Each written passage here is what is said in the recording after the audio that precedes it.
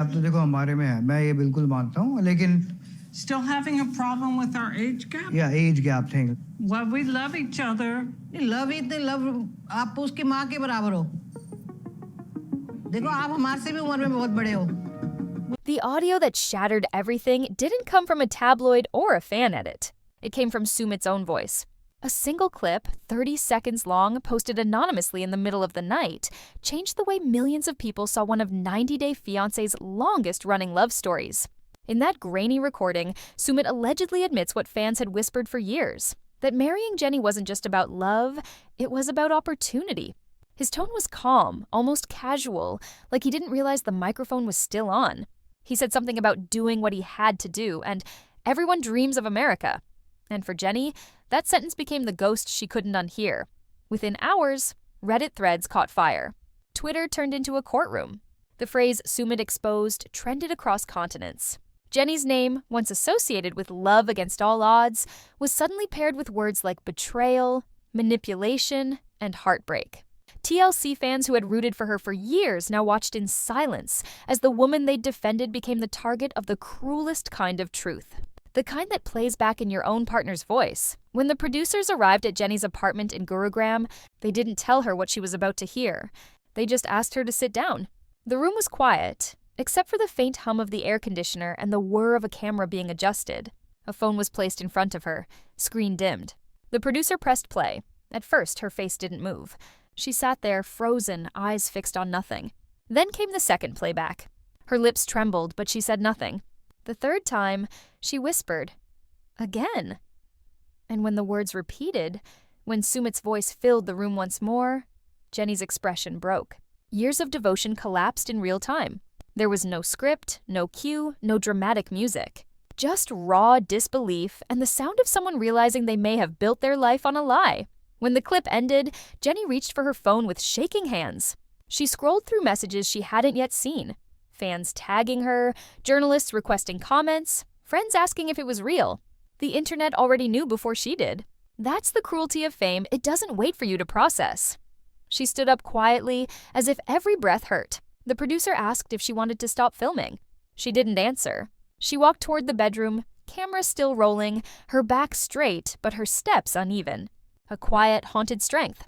The kind that only exists when denial dies, but dignity refuses to. Outside, the noise kept building. The hashtags multiplied. Everyone had an opinion. But inside that small apartment, one truth echoed louder than all the gossip combined. Jenny was hearing the end of her own story, told by the man she loved. But that was just the beginning of what Jenny never saw coming. There was a time when Jenny and Sumit were the couple no one believed in, but somehow everyone watched. She was 30 years older. He was a secretive call center employee who catfished her under a fake identity. And yet, against logic, against backlash, against his own family's explosive rejection, they became a staple of 90 Day Fiancé. They weren't a perfect love story. They were a stubborn one. And that's why viewers held on. Jenny had left everything behind. Her kids, her grandkids, her life in California, to move to a narrow apartment in India with a man who couldn't even tell his parents the truth. But she did it with wide eyes and open arms, brushing off judgment with a quiet kind of courage. The age gap wasn't just a number. It was a wall built by culture, tradition, and years of disapproval. And still she climbed it, again and again. When Sumit's family threatened to disown him, Jenny stayed. When they insulted her, compared her to their mother, questioned her morality, she still stayed. And the audience, whether rooting for her or side-eyeing the whole thing, couldn't look away. Some called her naive. Others called her brave. But what united everyone was the belief that if she stayed through that, it had to be love. What else would explain it? The audience watched them eat off steel plates on the floor, decorate their tiny balcony with string lights, try to build a life from scraps. Jenny would mispronounce Indian dishes, and Sumit would laugh without mocking her.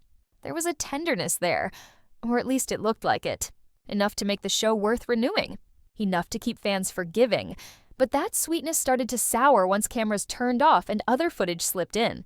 Sumit began posting more about career plans than romantic moments. He started tagging US-based producers in old photos.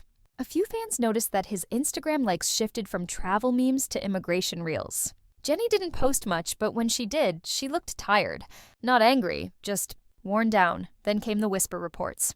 Crew members saying Sumit had been making late-night calls, that he'd been spotted visiting visa consultants in Delhi. One alleged source even claimed he asked a former producer how long the immigration process takes if a storyline goes international. To casual viewers, it was background noise, but to longtime fans, it felt like a shift. A slow fading of the fantasy. Love stories don't usually come with spreadsheets and embassy applications. Jenny began showing up to filming without makeup. Her usual colorful kurtas replaced by muted tones. She smiled less. And every time Sumit touched her shoulder, her eyes didn't meet his. Was it exhaustion? Or was she beginning to feel it too? The distance that creeps in when love stops being mutual and starts becoming transactional. Because that's the thing about manipulation. It's never obvious at first. It feels like compromise, like sacrifice. Until one day you look around and realize you're the only one who ever gave anything up. And once the truth started leaking, it spread faster than Jenny's heartbreak. By the time the audio had gone viral, TLC was in panic mode. This wasn't some throwaway side character scandal. This was one of their longest-running, most talked-about couples. Jenny and Sumit weren't just cast members. They were a franchise pillar, the storyline that always delivered drama, heartbreak, and just enough resolution to keep viewers coming back. But now, every producer, lawyer, and exec at the network was scrambling. Emails were flying. Slack threads turned into war zones. Executives were split clean down the middle. One side wanted to pull the plug immediately, scrub their names, halt production, minimize the damage. The other side? They saw numbers.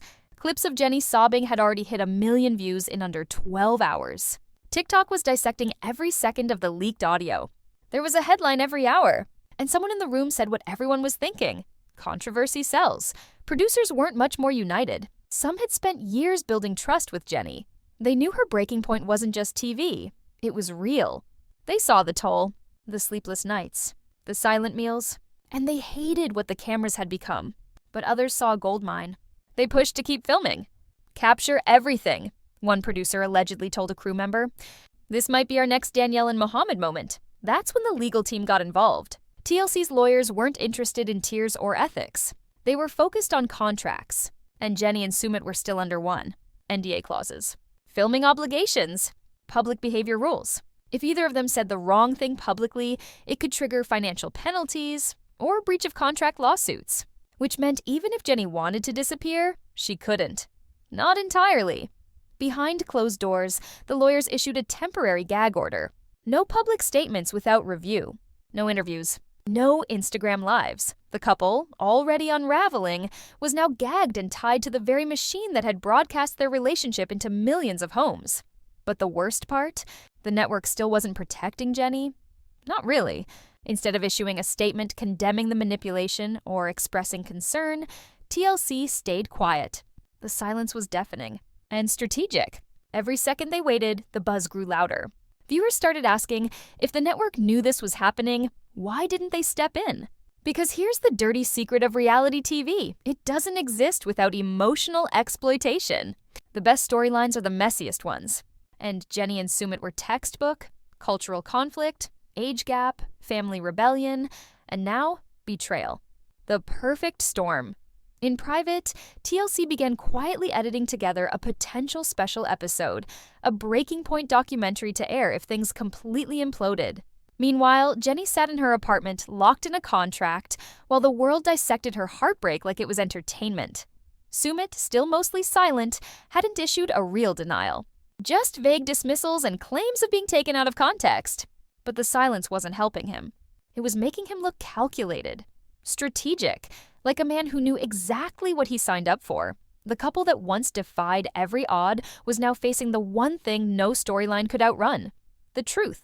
Not the filtered version. The raw, legal, gutting truth. But the most explosive scene hadn't even aired yet. They weren't supposed to film that day. Jenny had refused every call for a week. Her apartment stayed dark, the curtains drawn tight, her phone turned off for days at a time. Producers waited, hovered, offered support, but she didn't answer. Then one afternoon, without warning, she texted a field producer 6 words. "I'll meet him. Bring the cameras." The shoot was set up at a rented Airbnb outside Delhi, neutral ground, nothing familiar, nothing she'd have to see again. Crew arrived early, setting up without speaking much. Jenny showed up late. No makeup, no fake smile, Just a backpack, a bottle of water, and a face that looked like it hadn't rested in days. Sumit walked in 15 minutes later, trying to smile. Nervous, carrying takeout. Still pretending this was fixable? He opened his arms as if to hug her. Jenny didn't move. The silence was thick. The only sound was the soft clatter of a mic being adjusted on her shirt. Then she said it flatly. "Did you use me?" Sumit's expression cracked for the first time. He stammered, tried to laugh it off, then gave one of the most uncomfortable half-answers ever caught on camera. "I didn't mean to. Maybe at first I thought about the future, but I did fall in love. I swear I did. That was it. That was the line." The moment everything in Jenny's face collapsed. She didn't scream. She didn't curse. She just exhaled, slowly, like her body had given up trying to hold back the weight. "You fell in love," she said quietly. "After lying, after hiding, after making me leave my family. You fell in love after all that?" He tried to respond. She cut him off. "No, you fell in love with the plan, not me." And then she wept. Not loud, not dramatic, but the kind of crying that empties a person out. The crew later said it was the quietest set they'd ever worked on. Some even stepped away from the cameras. One cameraman reportedly had to excuse himself to the bathroom. No one was ready for what they were filming. That footage, still unaired, became the new epicenter of the scandal. Word got out before the edit was even finished. A crew member leaked that Jenny's reaction was devastatingly real. TLC insiders began calling it the realest moment in franchise history. And once whispers of the confrontation hit social media, the internet snapped. Petitions flooded change.org, demanding Sumit be removed from all future programming. Others asked TLC to financially compensate Jenny for what they called emotional exploitation. The hashtag #DaJusticeForJenny crossed 250,000 tweets within 24 hours. Even former cast members, some of whom hadn't spoken in years, started posting support. Angela Deem, of all people, went on a live and said, "That woman needs to come home. This ain't love. This is a contract gone wrong." Jenny, for the first time in a week, posted a single photo on Instagram. A picture of her in silence, looking out a window. No caption. Just herself, the reflection, and nothing else. It became the most liked post on her account in less than 2 hours. Sumit stayed silent. TLC, meanwhile, was in lockdown mode. No press statements. No comment. Nothing but silence. But the fans? They weren't quiet. They dissected every second of leaked clips. They demanded accountability. And they waited for one thing, the full footage of what happened that day in the Airbnb. And what she said on camera? Nobody was ready for that. For days after the Airbnb shoot, Jenny vanished. Her social feeds went dark. No cooking reels, no floral selfies, no sarcastic captions about spicy food or bad internet. Nothing. It was like she'd left the digital world entirely. And in her silence, the speculation roared louder. Where was she staying? Was she safe? Did she leave him? Fans flooded her old post with comments that turned into digital vigil candles. "We love you, Jenny. Please go back to California. You don't deserve this." But there were no likes, no replies, no signs of life. And that absence? It was louder than any post she'd ever made. Meanwhile, Sumit finally broke his silence, but not on camera. He gave a short, stiff interview to a local Bollywood blog. He claimed the recording had been misinterpreted, that people were twisting his words. He said it was edited to create drama. Not once did he apologize. Not once did he say Jenny's name, but he did say one line that turned stomachs. This is what happens when personal moments become entertainment. The hypocrisy wasn't lost on anyone. This was a man who had built 5 seasons of reality TV off his relationship, who had filmed weddings, fights, makeups, family drama, everything. Suddenly now it was too personal. That interview backfired fast. Clips of it spread across TikTok and YouTube like wildfire. Fan pages clipped his lines next to Jenny's silent tears. One account called it the most emotionally tone-deaf response since Big Ed's shampoo apology. Still, Sumit tried again. This time, a more polished statement. Posted on his Instagram stories, where it would disappear in 24 hours. He wrote that relationships are complicated and the internet doesn't know the whole truth. But again, no accountability. Just evasion, detachment, and a sprinkle of passive deflection. And then came the moment that pulled the floor from under everything. A new leak. Not a clip, not a few seconds. The full tape. 8 minutes. Uploaded anonymously to a Telegram group, then reposted to Reddit, and within an hour, it was everywhere. The voice was clear. The kitchen acoustics unmistakable. And the words, they stripped away every layer of doubt. Sumit said it plainly. Jenny won't understand. She believes love is enough. But love doesn't pay for opportunity. America would change everything. He spoke about producers, about keeping the storyline going, about how hard life in India was, about wanting more. And finally, the line that hit hardest. If the show continues, maybe I can make something bigger.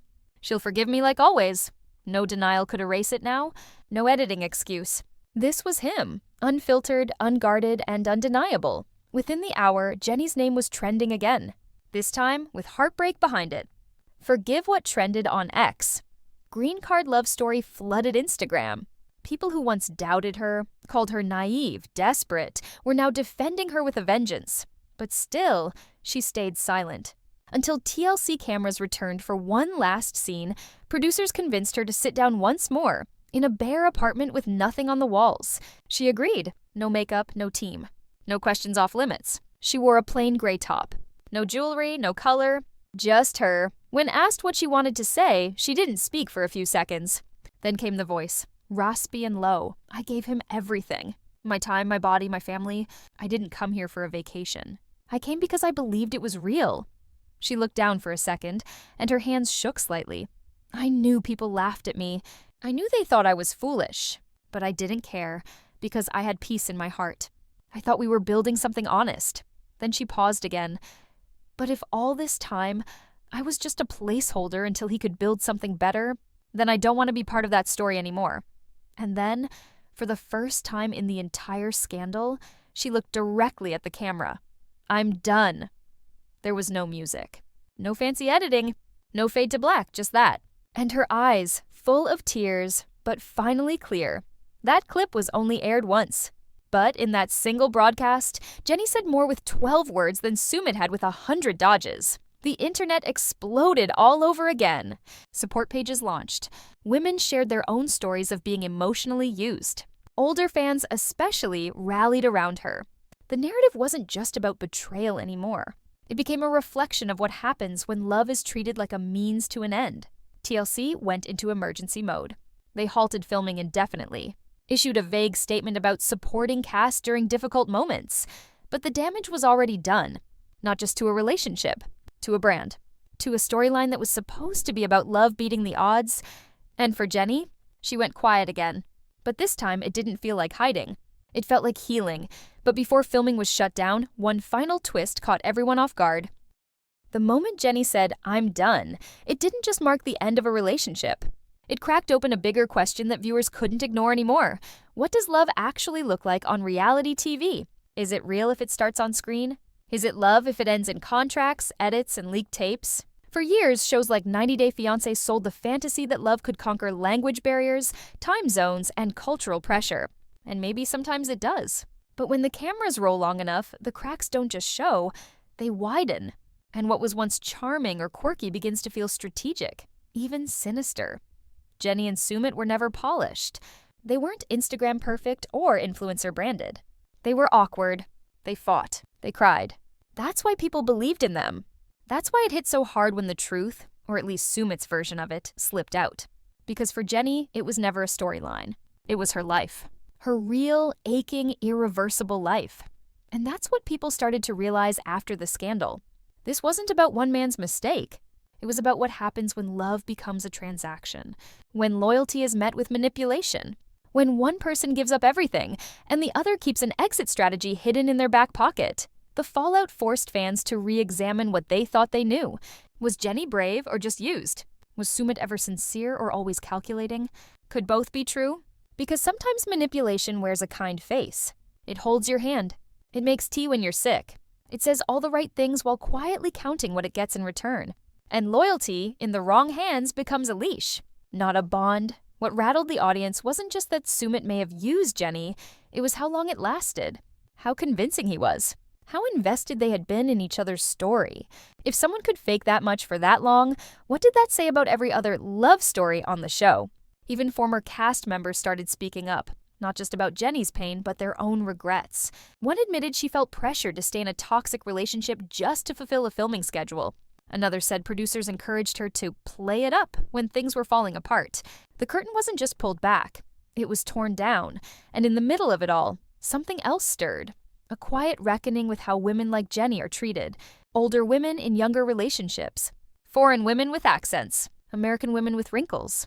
People laughed when she forgave Sumit's first marriage, when she clung to him after every red flag.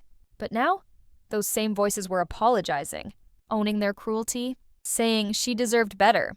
Because here's what Jenny taught everyone, even in her silence.